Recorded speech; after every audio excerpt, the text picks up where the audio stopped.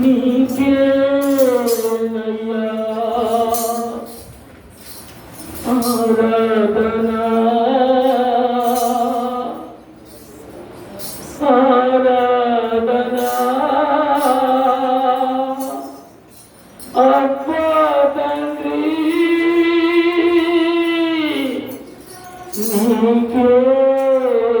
నీకేనయ్యా. మొదలుద్దాం. అబ్బా తండ్రిని, ఒక తల్లిని ఒక తండ్రిని పిలిచినట్లుగా పిలిచే యోగ్యత అర్హత ప్రభు మనకిచ్చాడు. పరిశుద్ధాత్మ నింపుదలతో అబ్బా తండ్రి అని మొరపెట్టుకున్నటకు దాస్యపు ఆత్మను పొందలేదు. పరిశుద్ధాత్మతో నింపబడి తండ్రికి మొరపెట్టుకునే యోగ్యత మనకిచ్చాడు. ప్రభు సన్నిధానంలో ఆయనకు మన ప్రతి అవసరతను తెలియజేసుకునే ప్రభు మనకిచ్చాడు. ఈరోజు ఎంత ధన్యులు. ఆయన ఆవరణములో, ఆయన సన్నిధిలో ఆయనను మహిమపరిచి, ఆయనను కనపరిచి ఆరాధించే ధన్యత ప్రభు మనకిచ్చాడు. స్తోత్రం స్తోత్రం స్తోత్రం. హల్లెలూయా హల్లెలూయా హల్లెలూయా. స్తోత్రం స్తోత్రం స్తోత్రం స్తోత్రం స్తోత్రం. ప్రభుని గొప్పగా మహిమపరచుకుందాం. స్తోత్రం స్తోత్రం స్తోత్రం స్తోత్రం స్తోత్రం స్తోత్రం స్తోత్రం స్తోత్రం స్తోత్రం స్తోత్రం స్తోత్రం స్తోత్రం. దేవానికి స్తోత్రం. ఆరాధనకు యోగ్యుడా, ఆరాధనకు యోగ్యుడా, ఆరాధనకు యోగ్యుడా. స్తుతులపై ఆసీనుడైన గొప్ప తండ్రి నీకు స్తోత్రం. సమయంలో నాయనా మీరు మహిమ పొందారు, మీరు ఆరాధించబడ్డారు. నాయన నీ బిడ్డలు ప్రభు నీ వాక్యమును వినబోతున్నారు. నాయన ధ్యాన వాక్యమును వివరించబోతున్న నీ బిడ్డలు, సాక్ష్యములు చెప్పబోతున్న నీ పిల్లలను, నీ పక్షముగా నిలబడుతున్నటువంటి నీ బిడ్డలందరినీ నేను బలపరచమని యేసు నామములో ప్రార్థిస్తున్నాను తండ్రి. ఆమేన్. మంచిది. సమయంలో సాక్ష్యాలు చెప్పాలి అని దేవుడు చేసిన మేలులకు సాక్ష్యం చెప్పాలని దేవుడు చేసిన అవకాశాలు. ఎందుకంటే ఈ 2 వారాల్లోనే మనం సాక్ష్యం చెప్పుకోగలుగుతాం. ప్రతి సంవత్సరంలో మనకి ఎక్కువ మరి దేవుళ్ళు గడుపుతాం కాబట్టి సాక్ష్యాలు చెప్పవలసిన వారితో వచ్చి మీ సాక్ష్యం చెప్పాలని మనం చూస్తున్నాం. సరే, సాక్ష్యం లేని పక్షాన ధ్యాన వాక్యం మన మధ్య జయకుమార్ ఉన్నాడు. ధ్యాన వాక్యాన్ని ధ్యానిస్తున్నాక మనమందరం శ్రద్ధగా ఉన్నాం.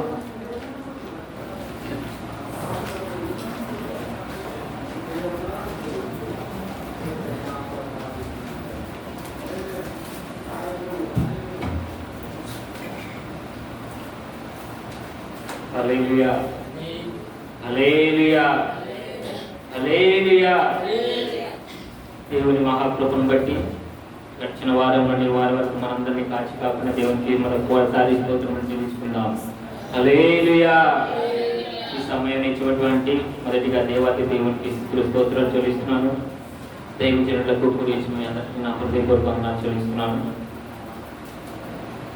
మనం చదువుకున్న ధ్యాన కీర్తనలో కీర్తన గ్రంథము 78వ కీర్తన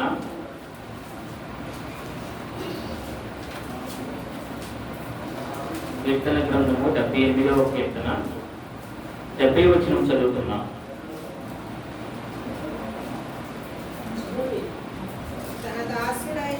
తన దాసుడైన దావీదును కోరుకొని గొర్రెల దొడ్లో నుండి అతన్ని పిలిపించి పాడి గొర్రెలను వెంబడించుట మాన్పించి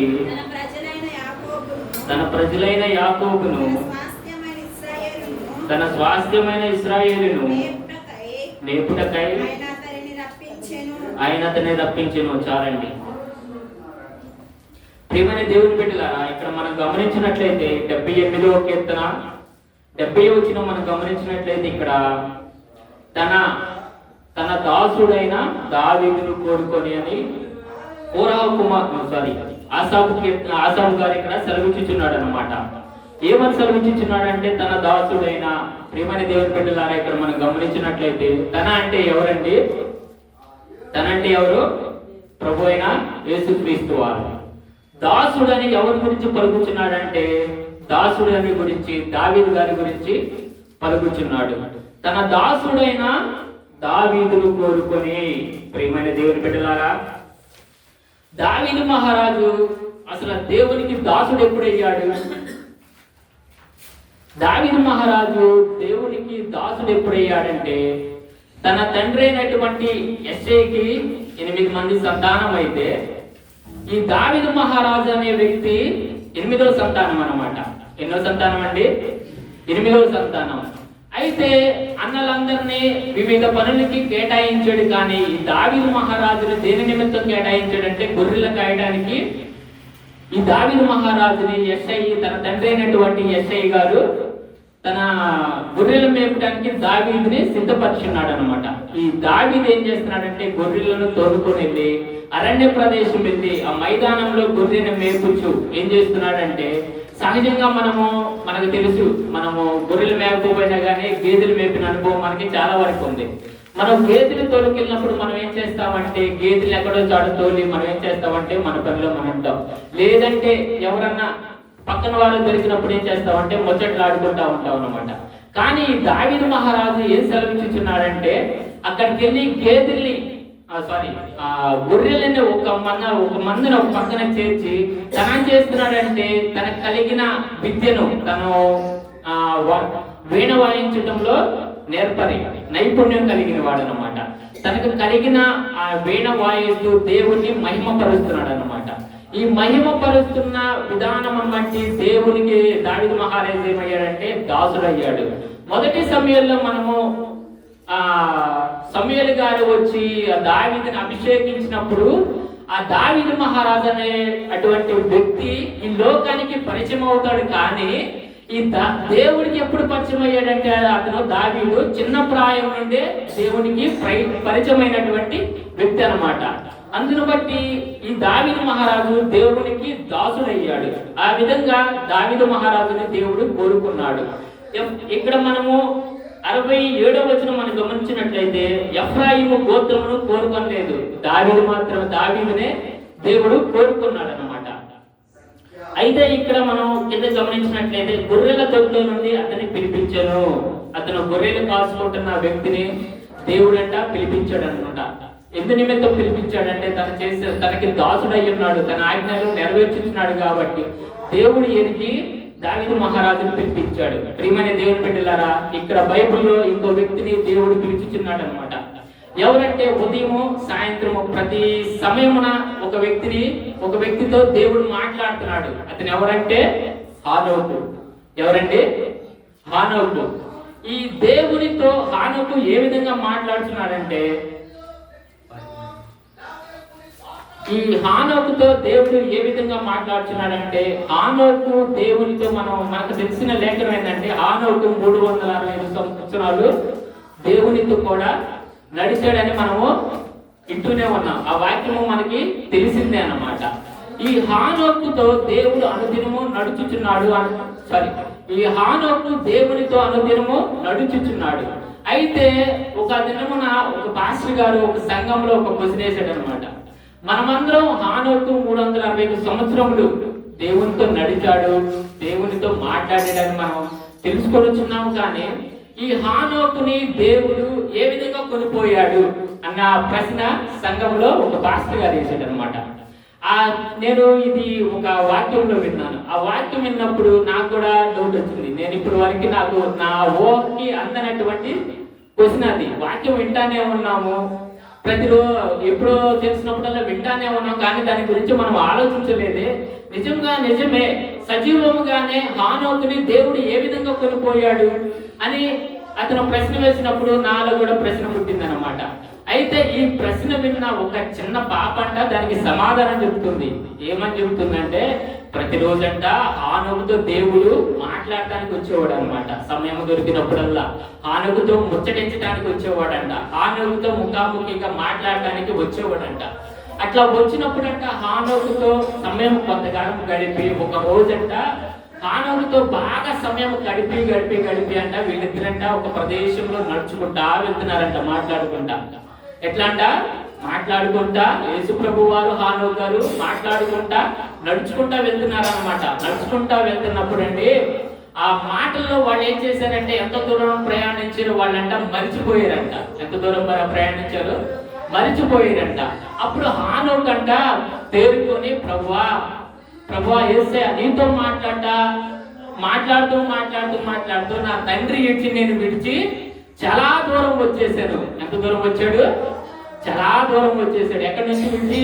తన శరీరకమైనటువంటి తండ్రి గృహమును విడిచి ఎంతవరకు వచ్చాడు? చాలా దూరం వచ్చాడు అనేసి యేసు ప్రభువుతో మాట్లాడుతున్నప్పుడు నిజంగా యేసు ప్రభు అని ఒక మాట మాట్లాడేటండి. ఆ మాటకి నాకు నిజంగా చాలా కన్నీళ్ళు వచ్చేసినాయి, ఆనంద బాష్పాలు వచ్చేసినాయి. అయితే ఏమని మాట్లాడాడంటే, అనుకు ఇంతవరకు నువ్వు నాతో మాట్లాడుతూ నాతో ప్రయాణం అయ్యి ఎక్కడ దాకా వచ్చావు. నేను ఒక మాట చెప్పునా నీకు? ఏమని చెప్తున్నానంటే నీ తండ్రి ఇంటికి నువ్వు దూరం అయ్యి చాలా దూరం వచ్చావు, కానీ నా తండ్రి ఇంటికి నువ్వు దగ్గరగా వచ్చావు అనంట యేసు ప్రభు వారు మాట్లాడాడు అనమాట హానోకుతో. అప్పుడు ఆ సమయంలోనే హానోకును యేసు ప్రభు వారు కొనుక్కోయాడు అనమాట. ఈ మాట నేను విన్నప్పుడు నిజంగా నాకు చాలా సంతోషం వేసిందండి. నేను ఎన్నడూ ఆలోచించినటువంటి ఆలోచన, నేను ఎన్నడూ ఊహించిన అది అంతుపట్టినటువంటి ఆలోచన ఒక చిన్న పాప అంట ఇట్లా ఈ విధంగా సమాధానం చెప్పింది అనమాట.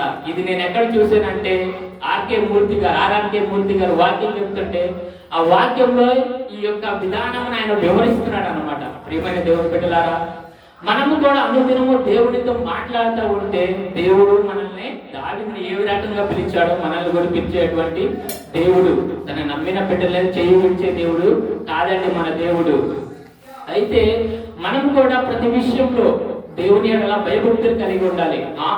దేవుడైతే ఇక్కడ ఎఫ్రాయిమును కోరుకోలేదు, కానీ ఇక్కడ ఎఫ్రాయిముకు ఒకనొక సమయంలో చేయబట్టి నడక నేర్పిందని చెప్పుచున్నాడు దేవుడు. కానీ ఈ సమయంలో ఎందుకు నేను కోరుకోలేదని చెప్పుచున్నాడంటే వారు చేసిన అతిక్రమములు బట్టి, వారు చేసిన పాపములు బట్టి, ఎఫ్రాయిము దేవునికి చేసిన వినోద కార్యములు బట్టి ఏం చేస్తున్నారంటే ఎఫ్రాయిముని దేవుని కోరుకోవట్లేదండి. ఈ మధ్యాహ్న కాల సమయంలో మనము కూడా ఎఫ్రాయిము వలె కాక దేవుడు దావీదుని ఏ విధంగా పిలిచాడో ఆ విధంగా మనం కూడా దేవుడికి దాసులై ఉన్నప్పుడు దేవుడు మనల్ని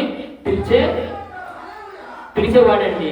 అయితే ఇక్కడ మనం కిందకి గమనించినట్లయితే తన దాసుడైన దావీదును కోరుకొని గొర్రెల దొడ్లో నుండి అతన్ని పిలిపించెను. గొర్రెలను వెంబడించుట మాన్పించి తన ప్రజలైన యాకోబును తన స్వాస్థ్యమైన ఇశ్రాయేలును లేపుటికి ఆయన అతన్ని రప్పించెను. తన గొర్రెల దొడ్లో నుండి అతన్ని పిలిపించాడంట. ఎవరండి? ప్రభు అయిన యేసుక్రీస్తు వారు. అయితే ఇక్కడ ఇంకో వ్యక్తి కూడా దావీదుని పిలిపించాడు. ఎవరు పిలిపించాడంటే తన తండ్రి అయినటువంటి యెష్షయి గారు ఎందుకు పిలిపించాడంటే తన కుమారుడైనటువంటి దావీదును తన అన్నలు ఎవరైతే ఉన్నారో అన్నలు యుద్ధము చేయించున్నారు వారిని బట్టి వారికి ఆహారము తీసుకెళ్ళడానికి యెష్షయి గారు పిలిపించి ఏం చేశారంటే తనకి కొంత భోజనమును సిద్ధపరిచి అరణ్య భూమికి నడిపించాడు. అరణ్య భూమికి నడిపించినప్పుడు అక్కడ ఏం జరుగుతుందంటే అక్కడ గొలియాతు తన సైన్యముతో 40 దినాలు ఉదయం వచ్చుచున్నారు, కనపడుతున్నారు, వెళ్తున్నారు. కానీ వారికి ఎదురుగా ఈ ఇశ్రాయేలీయులు నిలవలేకపోతున్నారండి. ఎవరండి? ఇశ్రాయేలీయులు నిలవలేక వాళ్ళు వెనక అడుగేస్తుంటే ఆ గొలియాతు మాత్రం వస్తున్నాడు, వాళ్ళు కనపడుతున్నాడు, వెళ్ళిపోతున్నాడు. అంత భారీ అయినటువంటి గొలియాతుని చూసి వీళ్ళు భయపడుతున్నారు. అయితే ఆ సమయంలో దావీదైనటువంటి ఈ చిన్న బాలుడు అక్కడికి వెళ్ళినప్పుడు వాళ్ళందరూ చూసి భయపడుతుంటే దావీదు తన మనసులో అనుకుంటున్నాడు, ఈ సున్నతి లేనటువంటి ఫిలిష్తీయుని బట్టి ఎవరంటే ఇశ్రాయేలీయులు భయపడుతున్నారని అనుకొని అందులో ఉన్న ఒక వ్యక్తిని అడిగినప్పుడు ఆ వ్యక్తి చెప్తున్నాడు అనమాట, ఇతన్ని చంపితే మనకు వచ్చి లాభమైంది అన్నప్పుడు అయితే ఆ రాజు ఏదైతే అతను చంపినప్పుడు కేటాయిస్తానని పలికాడు అది విని ఇతన్ని ముగ్గురు అడుగుతున్నప్పుడు తన అన్న నీకెందుకు ఇక్కడికి వచ్చావని అతన్ని గర్దిస్తున్నాడు అనమాట. అయితే అతని మాటలు త్రోసివేయక నేనేమి చిన్న మాట తెలుసుకుంటున్నాను కదా, అంతకు మించి నేనేమి చేయట్లేదు కదా అని జవాబిచ్చినప్పుడు అతను ఆ వారిని వీరిని అడిగినప్పుడు అంట ఆ సమాచారం ఎక్కడికి వెళ్ళిందంటే రాజు దగ్గరికి వెళ్ళిందనమాట.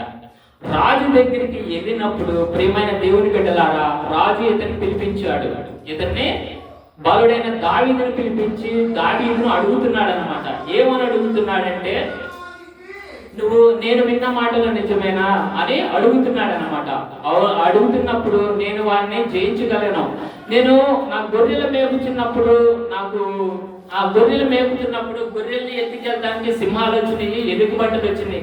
వాటిని ఏ విధంగా వాటిని కాపాడుకున్నానో, దేవుడు నాకు ఏ విధంగా తోడుండి వాటిని రక్షించాడో అది మొత్తం ఆయనకి వివరించినప్పుడు వారు ఏం చేస్తున్నారంటే, దావీదుకి సరే నువ్వు వెళ్ళనేసి అతన్ని, ఇక్కడ అతని యొక్క విధానం ఏంటంటే, రాజు యొక్క విధానము జయము పొందితే రాజుకు జయం వచ్చింది, ఇక్కడ చనిపోతే దావీదు చనిపోతాడు. కానీ జయము పొందితే ఎవరికి వచ్చింది?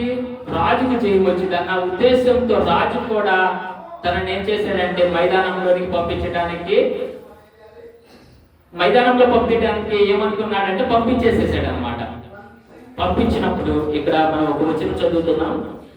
పాడి గొర్రెలను వెంబడించుట మాన్పించి తన ప్రజలైన యాకోబును, తన స్వాస్థ్యమైన ఇశ్రాయేలును మేపుటకై ఆయన అతన్ని రప్పించెను. అతడు యథార్థహృదయుడై వారిని పాలించెను. కార్యములు ఎందు నేర్పరే వారిని నడిపించిన. ప్రియమైన దేవుని బిడ్డలారా, ఇక్కడ 71వ వచనము, ఇశ్రాయేలును మేపుటకై ఆయన వారిని రప్పించెను. కింద పదము మనం చదివినట్లయితే అతడు యథార్థ హృదయుడై వారిని పాలించును. ప్రియమైన దేవుని బిడ్డలారా, ఇక్కడ వారిని మేపుటానికి దావీదు మహారాజుని పిలిపించాడు. కానీ కింద వచ్చిన ఏం చెప్పుచున్నాడంటే, అతడు యథార్థ హృదయుడై వారిని పాలించెను. అతను అసలు పిలిచిందే మేపటానికి, కానీ ఇక్కడ ఏం సెలవిచ్చుచున్నాడంటే వాళ్ళని పాలిస్తున్నాడు. మేపటానికి వచ్చిన వ్యక్తి అసలు ఏ విధంగా పాలించగలడు? అక్కడ మన ప్రశ్న వేసుకున్నప్పుడు, ప్రియమైన దేవుని బిడ్డలారా, దాని గురించి నాకు తెలిసిన చిన్న మాటలు కొన్ని చెబుతాను. అయితే సౌలు దావీదు మహారాజును పిలిపించినప్పుడు, యుద్ధ భూమికి పంపించినప్పుడు తనకు కలిగిన యుద్ధ సామగ్రిని మొత్తం తొడిగించినప్పుడు అతడు వాటన్నిటిని నాకు వాడుక లేదనేసి ఏం చేస్తున్నాడంటే, ఒక కర్ర తీసుకొని ఏటి ఒడ్డుకు వెళ్ళాడు. ప్రియమైన దేవుని బిడ్డలారా, గమనించినట్లయితే ఇక్కడ అతడు ఒక కర్రను తీసుకుని ఏటి ఒడ్డుకు వెళ్ళి 5 నున్నని రాళ్ళు వేరాడు. ప్రియమైన దేవుని బిడ్డలారా, ఇక్కడ మనం గమనించినట్లయితే 5 నున్నని రాళ్ళు, ఈ 5 నున్నని రాళ్ళు ఏటి ఒడ్డున ఎట్లా ఏరాడంటే, ఈ రాళ్ళు మామూలు రాళ్ళు కాదండి.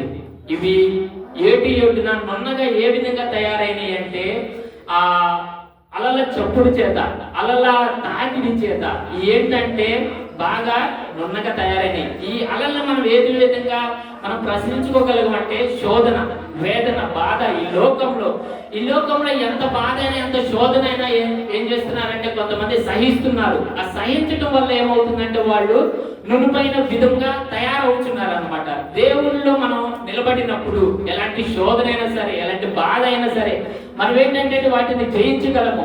ఒక మాటికి మనము అంత దిగి కింద పడవచ్చు. అదే విధంగా ఈ రాళ్ళు కూడా ఒక దెబ్బ తగిలినప్పుడు ఏమవుతుందంటే, ఈ రాళ్ళు తన స్థానం నుండి వేరే స్థానంకి వెళ్ళి మళ్ళీ అక్కడ నుండి జారుకుంటా మళ్ళీ ఎక్కడికి వస్తున్నాయి అంటే మళ్ళీ అదే ప్రదేశంకి వస్తున్నాయి అండి. మనం కూడా అదే స్థితిలో ఎన్నో మార్లు మనం ఆ విధంగా ఉండొచ్చు. ఒక మాట చేత మనం పట్టబడవచ్చు, తిట్టబడవచ్చు, బాధింపబడవచ్చు. కానీ మనం ఏం చేస్తున్నామంటే ఓర్పు కలిగి ఆ రాయి ఏ విధంగా ఒక దెబ్బకు కొట్టబడినప్పుడు పైకి వెళ్ళి మళ్ళా కిందగా డొల్లుకుంటా అప్పుడు అది ఏమవుతుందో తెలుసండి, అది మృదుత్వం కలిగి ఉంటుంది.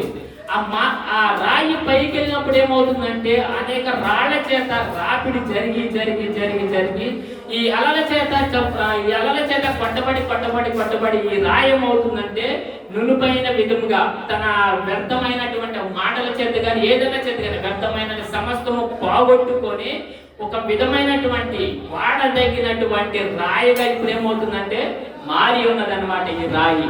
ఆ రాయిని దావీదు మహారాజు ఏం చేస్తున్నాడంటే ఏటి ఒడ్డుకెళ్ళి ఏది నాకు అనుకూలమైనది, ఏ రాయిని నేను వాడటానికి నాకు సిద్ధంగా ఉన్నదని అక్కడికి వెళ్ళి ఆ రాళ్ళన్నింటిలో శ్రేష్టమైన రాళ్ళు. ఏ రాళ్ళు అండి? శ్రేష్టమైన రాళ్ళు. ఈ రాళ్ళు ఎట్లా తయారైనాయి అంటే మనం చెప్పుకున్న విధంగా అనేక శోధన చేత పట్టబడినటువంటి రాళ్ళు ఈ రాళ్ళు అనమాట. ఆ రాళ్ళుని దావీదు మహారాజు ఏరుకోవటమే కాదండి, అవి ఏం చేసిందంటే తన చిక్కములో ఉంచుకున్నాడు.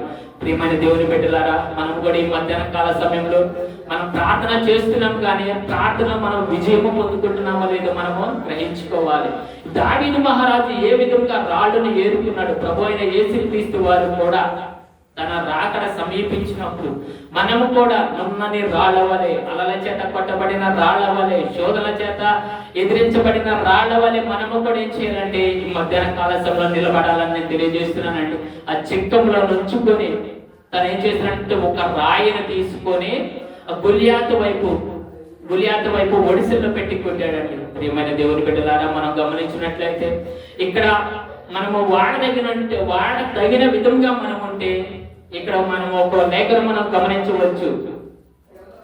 యవ్వనస్తులు బలవంతుని చేతిలో బాణము వంటి వారని మనం లేఖనం గమనించినట్లయితే ఆ బాలుడైన దావీదు ఈ రాళ్ళని ఏ విధంగా వాడుతున్నాడంటే బాణంగా వాడుతున్నాడు అనమాట. మనము కూడా మనం వాడబడాలంటే మనము కూడా సిద్ధపాటు కలిగి ఉండాలన్నమాట. మనల్ని మనం అర్పించుకున్నప్పుడు దేవుడు మనల్ని వాడుకుంటాడనమాట. అదే విధంగా చిక్కంలో పెట్టి దావీదు మహారాజు రాయి విసిరినప్పుడు ఏం జరుగుతుందంటే ఆ రాయి వెళ్ళి గులియాతుకు తగిలినప్పుడు గులియాతు పడిపోయాడండి.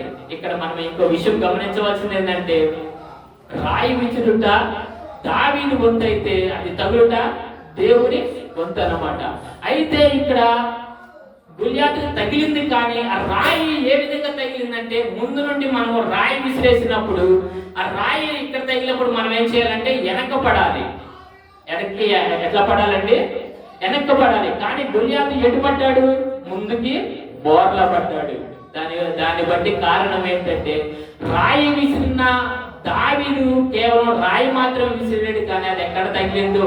అసలు గులియాతు ఎందుకు ముందుకు పడ్డాడంటే తన గులియాతు కన్నా వెనక మళ్ళీ ఎవరున్నారంటే గులియాతు కంటే ఎత్తైనటువంటి మన ప్రభు అయిన యేసుక్రీస్తు వారు ఉన్నారు. యేసుక్రీస్తు వారుగా ఉన్నారు కాబట్టి నా మట్టుకైతే దావీదు విసిరిన రాయిని బట్టి కాదు, కానీ దేవుడు వెనకమాల నుండి ఏం చేశాడంటే అంతకన్నా బలముగా ఏం చేశాడంటే గులియాతుని కొట్టాడనమాట. కొట్టినప్పుడు గులియాతు ముందుకు పడ్డేటప్పుడు ఆ జయముని ఎవరికి ఇచ్చాడంటే దావీదుకి ఇచ్చాడు యేసు ప్రభు వారు.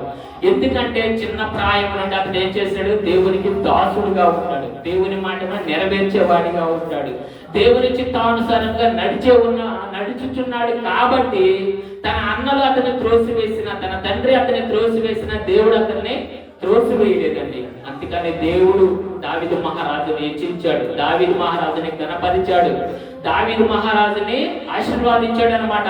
ఇప్పుడు గొర్రెలు కాసుకున్న వ్యక్తి ఏమయ్యాడంటే ఒక జనము నోట్లో ఏంటంటే అతను పిలువబడుచున్నాడు. సౌలుకు 1000 కొలది, దావీదు మహారాజుకు 10,000 కొలది అనేసి గాన ప్రతి గానములో ఏం చేస్తున్నాడంటే కీర్తింపబడుచున్నాడు అనమాట. మనము కూడా దేవుని స్థానుసారంగా మనం నడిచినప్పుడు, దేవుని సన్నిధిలో మనం ఎదిగినప్పుడు దేవుడు మనల్ని నడిపించే దేవుడై ఉన్నాడండి. ఏ విషయంలో మనం త్రోసివేయక ఏ విషయంలో దేవుడిని మనం కించపరచక మన అవిధేయతలోనే మనము జ్ఞాపకం చేయదు. ఒకవేళ దేవుడు మనలో ఒక సమయంలో విడిచిపెట్టాడేమో, అవి కేవలం మన అవిధేయతలనే మనము తెలుసుకొని దేవుని సన్నిధిలో మరలా పశ్చాత్తాపం కలిగి దేవుని సన్నిధిలో నిలబడ్డప్పుడు దేవుడు మనల్ని అన్ని విధాలుగా హెచ్చించే గొప్ప దేవుడు అండి. మనం కూడా అనుదినము ప్రతిరోజు ప్రార్థనలో మనతో పాటు మన సంఘమును, మన చుట్టుపక్కల ఉన్నటువంటి గ్రామాలను, మన కుటుంబాలను జ్ఞాపకం చేసుకొని దేవుని సన్నిధిలో నిలబడాలని తెలియజేస్తూ సమయం ఇచ్చినటువంటి దైవజనులకి కూడా ఇచ్చిన మీ అందరికీ నా వందనాలు చెల్లిస్తున్నాను. వాక్యము చక్కగా వివరించిన బిడ్డలు దేవుడు దీవించి ఆశీర్వదించుగా చక్కగా ఈ కీర్తన భాగం జ్ఞానవాక్యాన్ని వివరించారు. ఏది ఏమైనా చక్కగా దేవుని సన్నిధిలో ఉన్నటువంటి మనము దేవునికి ఇష్టమైనటువంటి బిడ్డలుగా బ్రతకాన్ని చక్కగా వివరించాడు. అందును బట్టి ప్రార్థన చేసుకుందాం. అందరూ కళ్ళు మూసుకున్నట్లయితే అమూల్య వదిమ్మ గారు మనల్ని ప్రార్థనలు నడిపిస్తారు. చేయండి, అక్కడ చేయి. స్తోత్రం.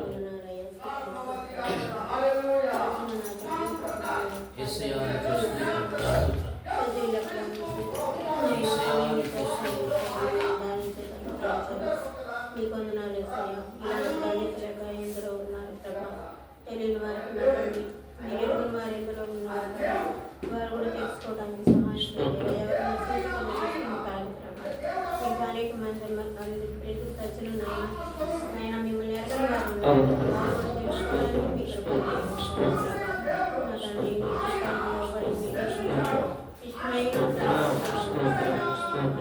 మా బిడ్డలు కూడా ఏ స్థలంలో ఉన్నప్పటికీ నా ప్రభావ మీ సన్నిధిలో ప్రభావ మరి మేము ఎక్కడో వారు ఎక్కడో అయినప్పటికీ మీ సన్నిధిలో మా బిడ్డలందరూ కూడా అనేక స్థలాల్లో ఉన్నప్పటికీ నా ప్రభావం ఆయన ఉద్యోగాలు ఇచ్చారు, మంచి స్థితిని ఇచ్చారు ప్రభావ బిడ్డలందరూ కూడా. ఎవరు కూడా నన్ను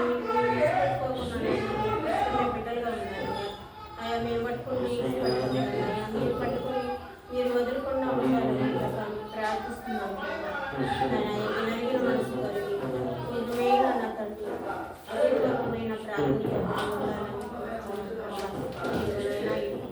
నేను మందిరానికి నడిపించారు తండ్రి. అయినా మరి సేవకులు ప్రార్థన మరి వారి ఉపాసాలు కలిగి మరి ప్రార్థన చేస్తున్నారు. ఇవి మరి అనేక మందిని నడిపించమని అడుగుతున్నారు. ఆయన ఈ క్రిస్మస్ తండ్రి వేడుక సంతోషంగా తండ్రి లోకమంతా జరుపుకోవడానికి మీకు కార్యక్రమించారు. ఎవరు కూడా ఈ అపాయాలు తండ్రి సోదరులో పడిపోకుండా నేను నా కొన్ని దూర ప్రాంతం నుంచి నా బిడ్డలు నా తండ్రి నేను మీ కుటుంబంలో జరుపుకోవడానికి నా తల్లి వారికి స్నేహితులు వద్దకు అనేక స్థలాలు పెడుతున్నారు. వారి క్షేమైన ప్రయాణంలో దయచేది బిడ్డలైన సంతోషంగా జరపాలని ప్రార్థిస్తున్నాను. ఇదిగో నా తండ్రి వారి క్షేమైన ప్రయాణంలో దయచేది వారిని వెళ్ళవలసిన గమ్యస్థానానికి క్షేమంగా చేర్చాలని మిమ్మల్ని బతిమాలుకుంటున్నాను. కుటుంబాన్ని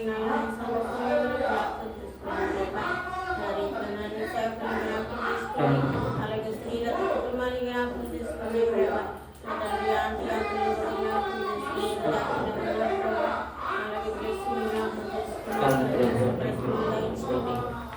ఇష్టమైతే మీ చిత్తమైన నార్మల్ దయచేయండి. ఆరోగ్యమైన సంపూర్ణ ఆరోగ్యం దయచేయమని అడుగుతున్నాను తండ్రి. అలాగే అత్తగారిని నాన్నగారిని వర్షంగారిని జ్ఞాపకం చేసుకోండి. మరి పండుగకు ఉన్న తండ్రి భక్తుడిగానైనా క్షేమైన ప్రయాణము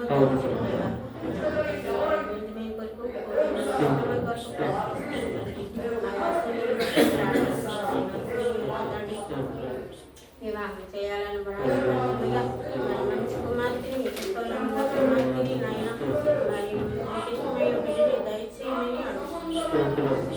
బిడ్డలైతే వివాహానికి చూస్తున్నారు వారికి నా తండ్రి సాధ్యం సహాయం అలాగే నా తండ్రి జ్ఞాపకం చేసుకోండి. సుప్రస్మం దయచేయండి.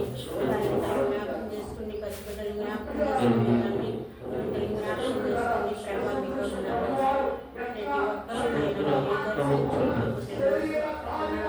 సంతోషంగా చేసుకుంటారు. మీ కృపానికి నా ప్రార్థనలో నా తండ్రి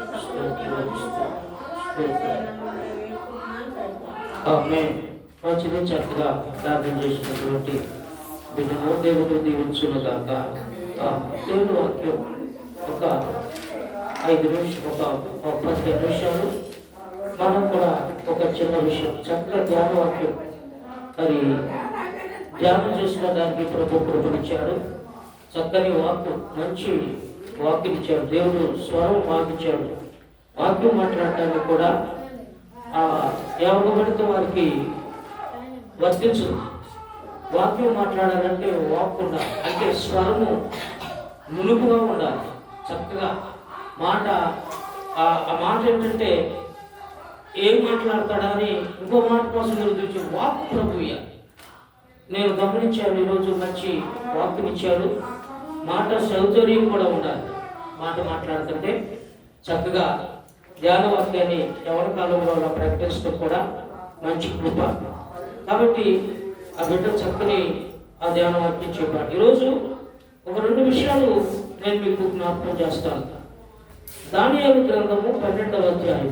దానియేలు గ్రంథం మన కుటుంబాల్లో 12వ అధ్యాయం. మన కుటుంబాల్లో మనకు జరిగేటువంటి పరిస్థితుల గురించి కొన్ని విషయాలు మనం నేర్చుకుందాం. దానియేలు గ్రంథము 12వ అధ్యాయము 12వ అధ్యాయం 3వ వచనాన్ని చదువుకుందాం. 3వ వచనం. బుద్ధిమంతులైతే బుద్ధిమంతులైతే ఆకాశ మండలములోని జ్యోతులను పోలిన వారి ప్రకాశించుదురు. నీతి మార్గమును అనుసరించి నడుచుకున్నట్లు ఎవరు అనేకులను త్రిప్పుదురు. నక్షత్రము వలె నిరంతరము ప్రకాశిస్తారు. ఈ ప్రవచనాన్ని మనం చెప్పుకున్నాం. అంచె దినాల్లో ఇలాంటి ప్రవచనాలు మనకు అవసరం. ఇది అంచె దినాల్లో జరిగేటువంటి ప్రవచనం. ఇది అంచెకాల దినాల్లో ఇది జరుగుతుందని బైబిల్ గ్రంథంలో రాయబడింది. దానియేలు ఒక గాబ్రియేలు దూత చెబుతున్నటువంటి మాట ఏంటంటే, బుద్ధిమంతులైతే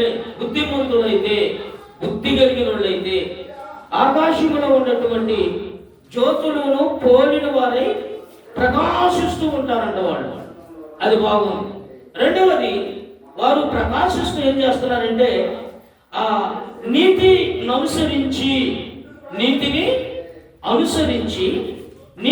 అనుసరించున్నట్లు ఎవరు అనేకులను త్రిప్పుదురో వారే నిజమైన నక్షత్రాలుగా ప్రకాశించుదురుగాక. 7 రకాల నక్షత్రాలు ఉన్నాయి. నక్షత్రాల గురించి నేను మీకు చెప్పను, కానీ మనం చెప్పుకున్నటువంటి సబ్జెక్ట్ ఏంటంటే, ఎంతమందిని యేసు వైపు త్రిప్పుదురు. ఇది చెబుతున్న అంశం. ఎంతమందినైతే దేవుని వైపు త్రిప్పుతారు. ఇది త్రిప్పుట అంటే క్రీస్తు వైపు మళ్లించుట, లేకపోతే క్రీస్తు వైపు నడిపించుట. క్రీస్తు వైపు నడిపించే కంటే దేవుని మార్గాన్ని తప్పించి పెడదారిలో నడిపించే వాళ్ళు ఎక్కువగా ఉన్నారు ఈ లోకంలో. ఎక్కువగా దేవుని మార్గంలో నడిపించడం కంటే చెడు మార్గంలో నడిపించే వాళ్ళు ఎక్కువైపోయారు. అందుకే దేవుడు మనతో చెబుతున్నాడు, మనము మంచి మార్గంలోకి నడిపించే వారిగా ఉందము గాక. అలా ఉండాలంటే బుద్ధి ఉండాలి. ఒక మనుషుల్లో మంచి మార్గంలో మనము నడిపించాలి అంటే, లేకపోతే దేవుని వైపు త్రిప్పాలి అంటే మనకు బుద్ధి ఉండాలి. బుద్ధి లేకపోతే మనము తిప్పలేము. బుద్ధి ఉండాలి. బుద్ధిమంతులైతే అనేకులను దేవుని వైపు మళ్ళిస్తారు. అది మంచి దారి కాదు. యేసు వైపు రండి అని మళ్ళిస్తూ ఉంటారు. ఒక విషయం ఏంటంటే, ఒక వ్యక్తి దావీదుకు వ్యతిరేకంగా లేచి తన వైపు మళ్ళించుకోవడానికి ప్రయత్నం చేశాడు. 2వ సమూయేలు గ్రంథం, అసలు విషయం చెప్పలేదు, 2వ సమూయేలు గ్రంథం 12వ అధ్యాయంలో ఇక్కడ మనం గమనిస్తే, దావీదుని దేవుని బిడ్డరా ఆ కుమారుడైనటువంటి వ్యక్తి ఏం చేస్తున్నాడంటే, తను రాజు కావాలని త్రిపుట అనే విషయం, దేవుని వైపు త్రిపుట మన సబ్జెక్టు. 15వ అధ్యాయంలో 6వ వచనంలో ఇశ్రాయేలీయులందరికీ అబ్షాలోము ఈ ప్రకారం చేసి ఇశ్రాయేలీయులందరినీ ఎవరి వైపు తిప్పుకున్నాడు? తన వైపు తిప్పుకున్నాడట. నా దగ్గరికి రండి అంటే. న్యాయాధిపతుల గ్రంథము 9వ అధ్యాయంలో ఒక ముళ్ళ చెట్టు నా దగ్గరికి రండి అని తన వైపు తిప్పుకుందట ముళ్ళ చెట్టు. అట్లాగే మనం ఎలా ఉండాలంటే, ఒక మంచి వ్యక్తులుగా మనం ఉండాలి. 2 విషయాలు నేను మీకు జ్ఞాపకం చేద్దాం. ఒకటి, దేవుని బిడ్డరా, శాపము నుండి పవిత్రతలోకి తిప్పేవారిగా మనం ఉండాలి. శాపము నుండి దీవెనకరంగా జీవించే దీవెన వైపు మళ్లించే వారిగా ఉండాలి. రెండవది, దోషము నుండి పరిశుద్ధతలోకి తిప్పేవారిగా ఉండాలి. మూడవది, అవిధేయత నుండి విధేయతలోకి తిప్పేవారిగా మనం ఉండాలి. అందుకని ఇక్కడ అంశం చూస్తే, ఎంతమంది దేవుని వైపు తిప్పుదురో వారు నక్షత్రాల్లా ప్రకాశిస్తారు. స్టార్లు పెట్టుకోవాల్సిన పని లేదు, ఇక ఎప్పుడు స్టారే కాదు. ఇలాంటి వాళ్ళు బుద్ధిమంతులు, దేవుని పిల్లలు. మనం శేషాలు వస్తే పెట్టుకుంటాం స్టార్, తర్వాత తీసి పక్కన పడేసేస్తాం. కానీ దేవుని పిల్లలు, బుద్ధి కలిగిన వాళ్ళు ఎప్పుడు నక్షత్రాలే, వాళ్ళు ఎప్పుడు స్టార్లే, వాళ్ళు ఎప్పుడు నక్షత్రాలే. గవర్నమెంట్లో ఒక ఉంది, ఏదైతే సూపర్ స్టార్ అని, ఆ స్టార్ ఈ స్టార్ అని మంచి వాళ్ళకి స్టార్లు ఇస్తూ ఉంటారు. మిలిటరీ కూడా స్టార్లు ఇస్తారు. సాల్వేషన్ ఆర్మీలో కూడా స్టార్లు ఇస్తారు, ముద్రలు ఇస్తారు. నువ్వు మంచి స్టార్వి, మంచి స్టార్ అని. ఎస్తేర్ కూడా, ఎస్తేర్ అనే మాటకు నక్షత్రము అని అర్థం. ఇలా ఎన్నో నక్షత్రాలు ఉన్నాయి, వాటి గురించి నేను చెప్పట్లేదు. బుద్ధిమంతులైతే, మంచి వాళ్ళైతే వాళ్ళు ఎప్పుడు నక్షత్రాలే, ఇంట్లో ఎప్పుడు ఎరుగుతూ ఉంటారు వాళ్ళు. ఆ ఇంట్లో ఈ బుద్ధి కలిగినటువంటి వారు ఏ ఇంట్లో ఉంటారో వాళ్ళు ఎప్పుడు నక్షత్రాలే.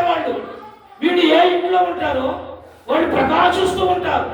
ఇంట్లో ఉండా వెలుగుతారు, బయట ఉండా వెలుగుతారు, సమాజంలోకి వచ్చిన వెలుగుతారు, అటు బజార్కి వెళ్ళి వెలుగుతారు. ఎక్కడికి వెళ్ళినా ఈ బుద్ధిమంతులు, ఈ దేవుని బిడ్డలు ప్రకాశించేవారిగా, వెలిగేవారిగా ఉంటారు. వీళ్ళు ఎలిగేవారిగా ఉంటారు. మనము బుద్ధి కలిగిన వారమై మనము మారాలి, ఇతరులను దేవుని వైపు మార్చేవారిగా ఉందుముగాక. అందుకని దేవుని బిడ్డరా, ఎంతమందిని తిప్పుతారో అని విషయాల గురించి నేను ఒక వ్యక్తిని జ్ఞాపకం చేస్తాను. లూకాసు వార్త, దేవుని బిడ్డరా చూద్దాం. దేవుని వాక్యంలో ఎంతమందిని తిప్పుతారో. జకర్యా, ఎలిజబెత్ అనే పుణ్య దంపతులు ఉన్నారు. చాలా మంచి వాళ్ళండి వీళ్ళు ప్రార్థన ప్రార్థన ప్రార్థన, దేవుని యందు భయభక్తులు కలిగి విశ్వాసమును బ్రతికే పుణ్య దంపతులు వీళ్ళు. ఈ రోజుకి దండం పెట్టి వీళ్ళ పేరు పొద్దున్నే తలుసుకున్నా కానీ దీవెన మన మీదకి వచ్చింది.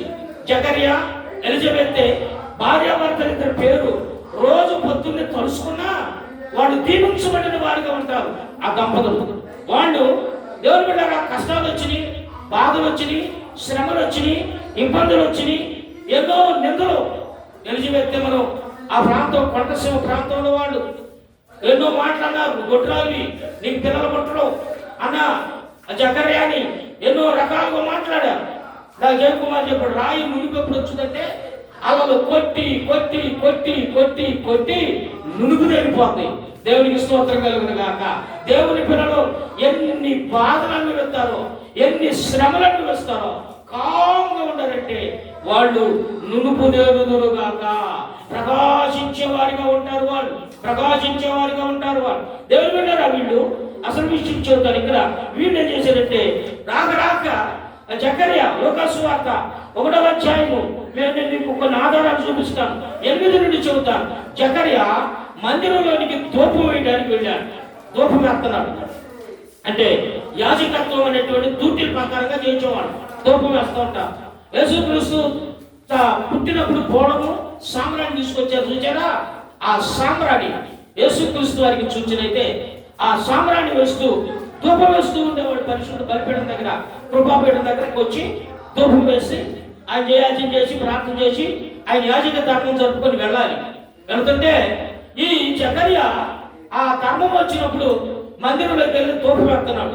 అక్కడ కుడి ప్రక్కన ఎడమ వైపున ఏమని రాయబడిందంటే ఆయన ప్రార్థన చేస్తూ ఉండగా ఆయన కుడి ప్రక్కన ఒక దేవదూత నిలబడింది.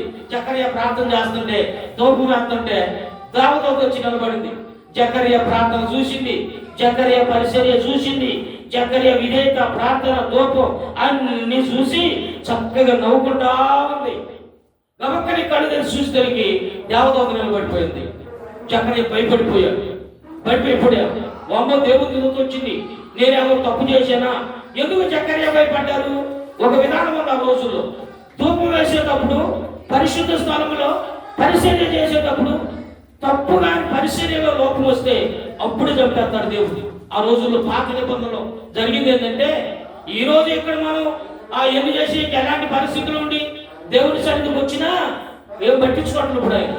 కానీ ఆ రోజుల్లో పరిశుద్ధ స్థలంలో తప్పు జరిగితే స్పాట్లు అక్కడ చచ్చిపోతాడు, అక్కడే చంపేస్తాడు దేవుడు, అక్కడే చంపేస్తాడు. అందుకని మోషే ప్రత్యక్ష గుడారంలోకి వెళ్ళేటప్పుడు ఆ రక్తం సంవత్సరం ఒకసారి ఆ వధించబడిన రక్తం తీసుకొని అతి పరిశుద్ధ స్థలంలోకి వెళ్ళేటప్పుడు ఒక తాడు నడువు కట్టి గంట కట్టుకొని వెళ్తాడు.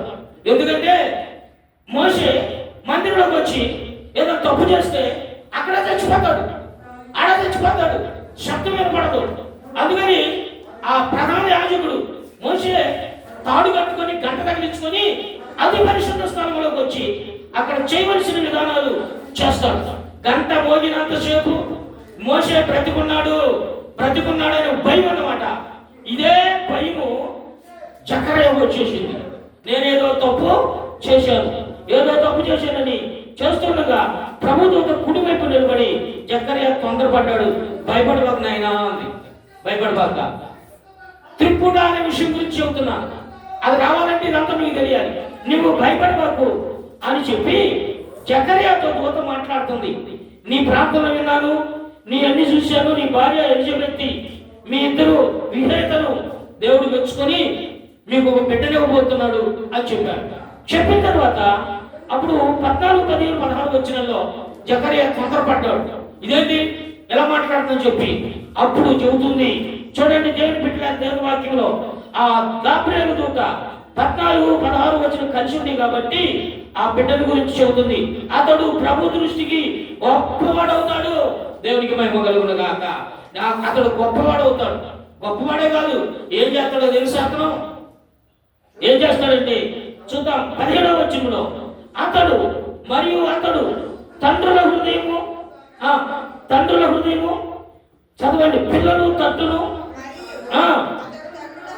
తండ్రుల హృదయము పిల్లల తట్టును అవిధేయులను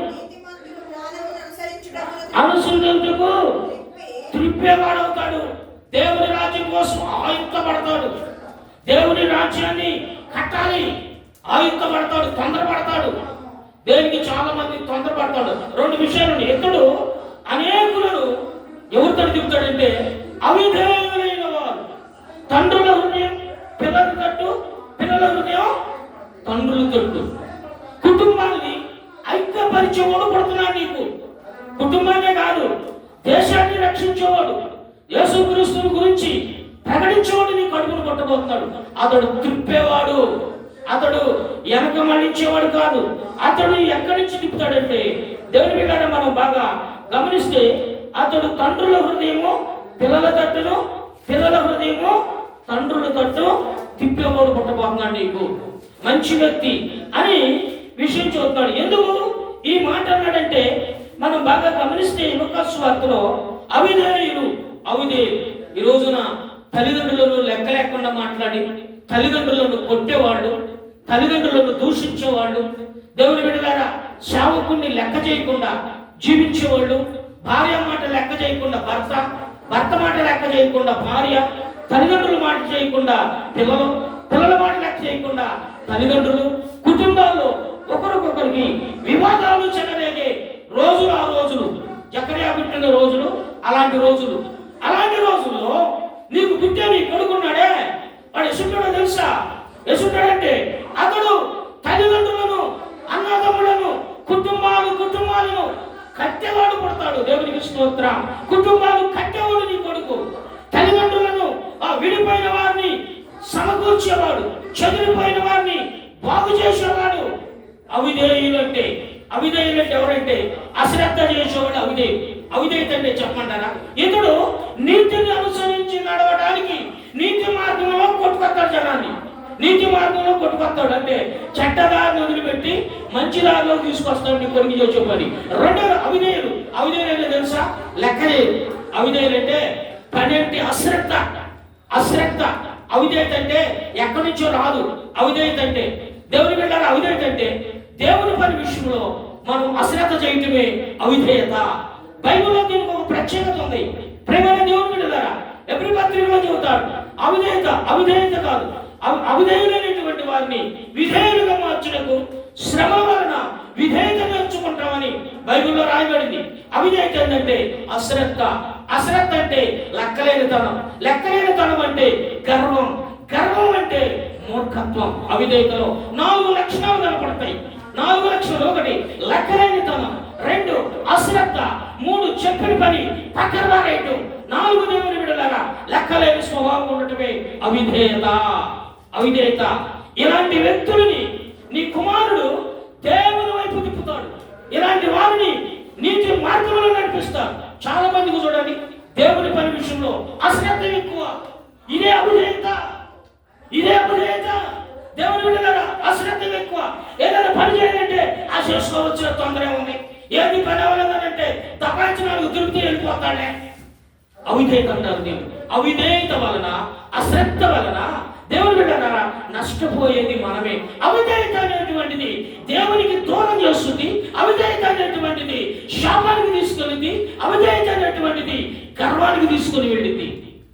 అలాంటి పరిస్థితుల నుంచి నీ కుమారుడు, నీకు పుట్టేవాడు, దేవుడు వెళ్ళారా, అవిధేయత నుండి, శాపముల నుండి నీకు పుట్టేటువంటి వ్యవహారం ఎవరి వైపు మళ్ళిస్తాడు? దేవుని వైపు మళ్ళిస్తాడు. దేవునికి స్తోత్రం కలుగును గాక. దేవుని వైపు మళ్ళిస్తాడు. దేవుని వైపు త్రిప్పేవాడు నీ కొడుకు. దేవుని వైపు అనేకులను త్రిప్పుతాడు. చెడు మార్గంలో వెళ్ళనివ్వడు, చెడ్డ మార్గంలో వెళ్ళనివ్వడు. శ్రద్ధ అంటే ఏంటో నేర్పిస్తాడు నీ కుమారుడు. దేవుని బిడ్డలారా, అంతేకాదు ప్రభు మార్గము సరళము చేయటకు, అది వేరు వ్యవహారంలో, అది రెండవ కోణం. రెండు కోణాలు ఉంటాయి, రెండు విధానాలు ఉంటాయి వ్యవహారంలో. ఒకటి దేవుని మార్గము సరళం చేయటం, రెండు కుటుంబాలను దేవుని వైపు నడిపించడం. ఏకంగా కుటుంబాలుగానే బాప్తిస్మాలు పొందే విధానములు నడిపించువాడుగా ఉన్నాడు. దేవునికి స్తోత్ర. ఆ రోజుల్లో రోమీలో బాప్తిస్మం పొందడానికి వ్యవహార బోధన విని కుటుంబాలు వచ్చేవాళ్ళు అంట. అదే